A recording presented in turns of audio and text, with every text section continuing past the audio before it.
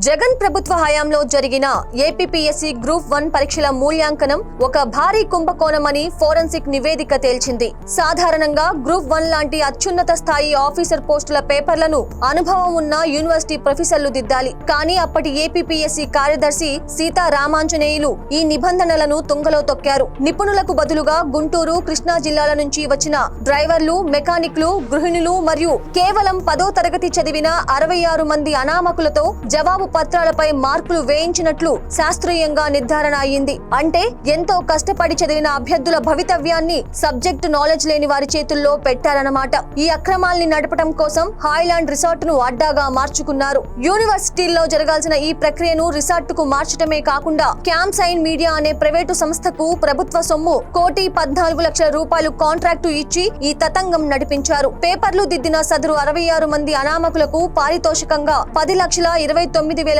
పంచారు. వీరు కేవలం మార్కులు వేయడమే కాకుండా ప్రొఫెసర్లు చేయాల్సిన ఎగ్జామినర్, స్క్రూటినైజర్ సంతకాలను కూడా ఫోర్జరీ చేశారు. తాము కేవలం డబ్బు ఆశతోనే ఈ పని చేశామని విచారణలో వారు అంగీకరించగా ఆ సంతకాలు వారివేనని ఫోరెన్సిక్ ల్యాబ్ తాజాగా ఖరారు చేసింది. ఈ మొత్తం కుంభకోణం వెనుక జగన్ ఒక మాస్టర్ ప్లాన్ వేశారనే విమర్శలు వినిపిస్తున్నాయి. రాబోయే ప్రభుత్వ వ్యవస్థలో తనకు అనుకూలమైన వారు, డబ్బులు చెల్లించిన వారే ఉండాలనే స్వార్థంతో అర్హులైన నిరుద్యోగుల జీవితాలను నాశనం చేశారని ఆరోపణలు వస్తున్నాయి. అప్పట్లో అభ్యర్థులు కోర్టుకు వెళ్లినా జగన్ పట్టించుకోలేదు. కానీ ఇప్పుడు కూటమి ప్రభుత్వం దీనిపై స్పెషల్ ఇన్వెస్టిగేషన్ జరిపి నివేదికను కోర్టుకు సమర్పించింది. ప్రస్తుతం బెయిల్ పై ఉన్న సీతారామాంజనేయులు సహా ఇతర బాధ్యులపై ఫైనల్ ఛార్జ్ షీటు వేసేందుకు పోలీసులు రెడీ అవుతున్నారు. ఈ స్కామ్ లో ఇంకా ఎన్ని పెద్ద తలకాయలు బయటకు వస్తాయో చూడాలి మరి.